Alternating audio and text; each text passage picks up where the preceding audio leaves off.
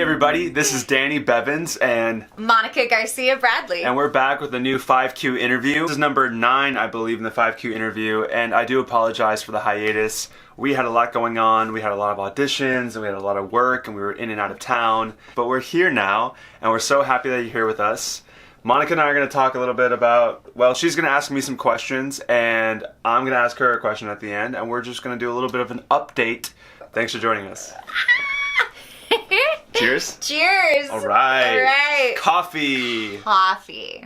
All right, Mr. Bevins. Yeah.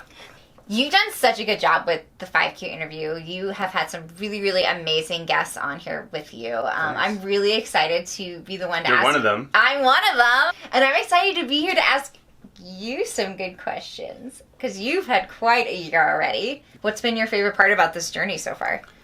My favorite part has just been focusing my energy on those things that I love doing. And I think that moving here from New York City obviously was extremely challenging at times, but amazing at times and very transitional. So coming back home, it's been a time to kind of like reflect on what do I enjoy doing, what do I love doing, what brings me joy and passion and happiness. And some of the things that we have here are, we have a little more time on our hands, we're afforded a little more opportunity to cultivate those things. Long-winded answer to say I've loved putting out music this year. That's been huge. I actually looked at my analytics and I was like, oh wow, at least every 3 months this entire last year I've put out either a new song, some sort of video, or a new body of work. The Why Not Mixtape 2, which was produced by Grammy Award-winning Dan Konopka of the band OK Go. Grammys! And he's had a lot of experience working with a lot of people. Yeah. Some of the advice he gave was always be working towards your goals every single day. And so for me, as an actor, as a music artist, as a dancer, as a trainer, I refuse to be thought of as one job title. Like, I want to be more than that. I want to be able to do a lot of things. I want to have all the pieces on the chessboard. I feel like as artists, we want that. It's not enough for us to be good at one thing. We want to be good at everything. And I think long-lasting creatives have to be a little bit, because I think you have to transcend a couple different planes. You know what I mean? Like, everyone's like, stick to a lane. But I've had decent success at just kind of going at it all at the same time. You know, it's like video games. You know when you like have a video game player and it's like strength, speed, agility, endurance. Like, you know, it has like the different levels for things. Yeah. That's how I feel as a performer. It's like, oh, dance, you know, acting, music, you know, all the different things that we do together. Also have West Side Story coming up, which I'm so excited to do. We're doing West Side Story together. It's our first musical together. That was going to be my next question that I asked you. Great lead-in. All right, great. Yeah. My next question, Mr. Bevins, was going to be, what projects do you have coming up? Because I know you have a few. Yes. In West Side Story at the North Carolina Theater, and we're working with the amazing, brilliant Eric Woodall, who's the new artistic director of the North Carolina Theater. And I'm playing the role of Chino, which I'm really excited about. And you're playing Francesca. I'm playing Francesca.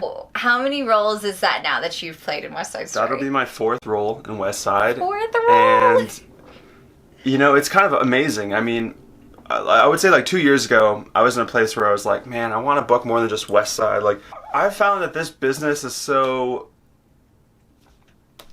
you know, for my experience, I initially was not as open to riding the wave as I could have been, and now I'm so excited that I get to do them a masterpiece. Like, West Side Story is a masterpiece. I'm humbled and grateful and gracious to be a part of that and to be able to do it so many times and to know the show so well now. And I've never thought I would play Chino.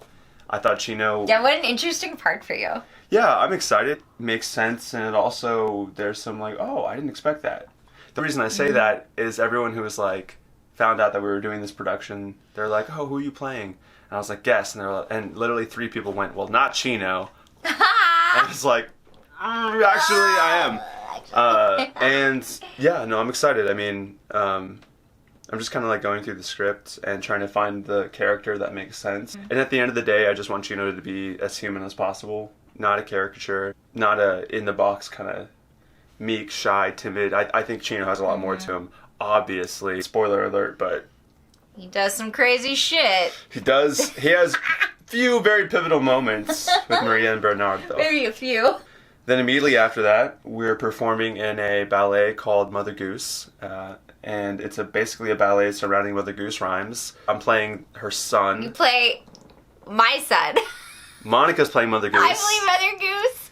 Still funny. Awesome. I can't stop laughing. Premise is that Mother Goose is missing, and Tom is trying to entertain the audience, tell nursery rhymes, while also finding his mom and reflecting on their relationship and on his childhood.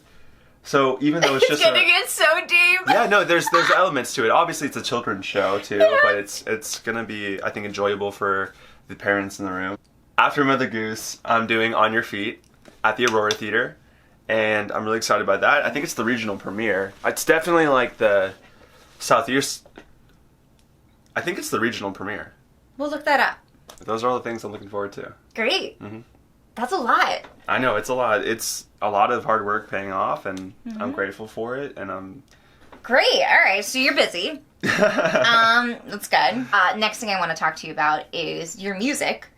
You have been so consistent with putting out music on such a regular basis. Like, I've never seen anybody else do before, and that's incredibly impressive. It's commendable. It's something that I think all of us as artists need to be doing, is just constantly putting out content and constantly putting out our work. And so it's really amazing. You're so sweet. Oh, I love you. I love you too. Thanks for saying that. Of course. I'm proud of you. I'm really proud of you. All the music you've been putting out is so incredibly diverse and different. What was going through your head as you were creating all this? Was that planned? Was that just sort of how it happened? What inspired this music that's been coming out this year? Every song is a little bit different. Every song kind of feels a little bit like what I imagine maybe a painting feels like for a painter, or a piece of art feels like for an artist, like as in, like if you carve wood and you have different pieces of furniture that you do, everything feels a little different, right? You're going to need a couch, you're going to need a bed set, you're going to need a nightstand, you're going to need chairs, right? So when you're building your house and when you're building your home, or when I'm building my catalog, my canon, if you will, of work, I want different pieces to go with that. You know what I'm saying? Yeah, totally. There was a moment, especially with the Why Not Mixtape 2, where I was just in a little bit more of, I don't want to say aggressive, but there was more conflict in my life at that point, right? We're trying to get things here going. We hadn't signed with the agents yet. We hadn't... Yeah, that was a hard few months. Yeah. It was the first few months, y'all. Yeah, the first few months of 2019 were challenging. And so I was in more of a space where I felt more... almost, I don't want to say combative, but that's like emotionally, like I was just like, come at me, like let's go, like I'm ready to take on everything. And that's honestly how I felt, and I still feel that way, but now I feel a little more calm and relaxed about it. Good. With that being said, that's why the Why Not Mixtape 2 had a little more aggressive type hard-hitting beats, really hip-hop, a little more hard-hitting lyrics too. I'm in a space where things are a little more relaxed, so it's like a little more fun to work on melodies. It's a little more fun to work on singing. It's a little more fun to be a little more experimental. Yeah. You know what I'm saying? Yeah. So, in terms of the genres that I feel like my music is covered, it's hip hop, pop, soul, at times like funk, spoken word. It's so many different things. Alternative, rock. It's really hard to kind of generalize any of them. The one thing that they all have is a lot of them have verses. A lot of them have some sort of hip hop element to them, and that's the music I listen to. And that's the music I love making, and that's kind of like honestly who I am. So that's really never going to change. But a lot of the new music coming out is more melody based, which I'm really excited about. Yeah. I want to be limitless. I don't want to be in a cardboard box in any way. So my music reflects that, I think. Yeah. Yeah. Achieved. Thanks for asking. Thanks. Yes. That could be a title of the song. What? Achieved. Achieved. Oh. Achieved. I like it. Does that answer your question? That was a great answer to my question. That was so cool. You've been dancing a lot. And and very different types of dance. We moved to Atlanta, and it's not necessarily the same musical theater stuff all the time. Talk to me a little bit about what you have been doing with that. We joined a dance company here called About Face, which is run by Toya Willingham and based out of Decatur School of Ballet. About Face has been just a really awesome group of dancers coming together and creating something out of nothing. And that's really what it's all about. So we're doing that every Friday. I will be teaching dance classes every Friday at Decatur School of Ballet. I'm teaching a music theater for the male dance class, which is basically for young men trying to learn, you know, male technique, male styles, the different things that come with, you know, just being a male musical theater. And how does that differ? Well, I think, like, I would like for the young men to start learning now about strength, about style, about fluidity versus sharpness, which, you know, there's certain things that, like, women might need to work on, right? Women need to work on point.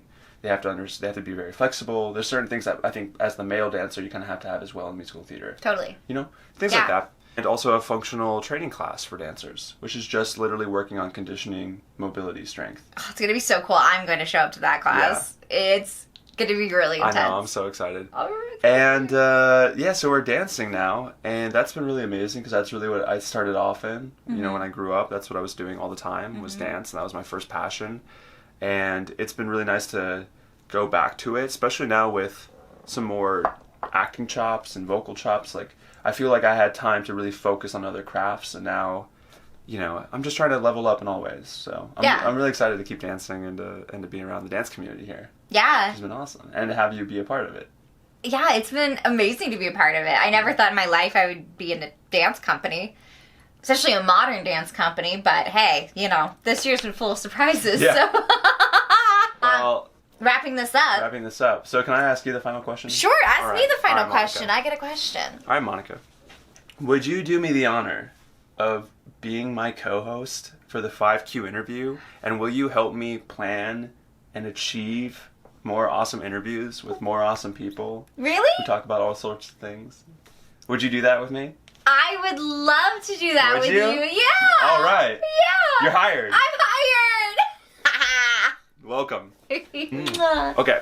What this means is that now Monica's going to be in the videos, which is great because, let's be honest, people like you more than me. That's okay. Stop it. And I am so excited. We will be having more videos with more consistency. And honestly, if you enjoy it, share, recommend, like, let us know, and we'll just keep bringing cool, interesting people on to talk about. Yeah, if you have recommendations of cool people that you think that we want to hear their story, people need to hear their story, we definitely want to know, and let us know. Yeah. This has been another 5Q interview with my new co-host, Monica Garcia Bradley. Thanks for watching, and thanks for following the journey, and thanks for any of the support you're able to throw our way, and just keep hustling, keep grinding, and keep living the life. Yeah! We'll see you guys next week. All right, we'll see you next week. All right. Peace. Bye!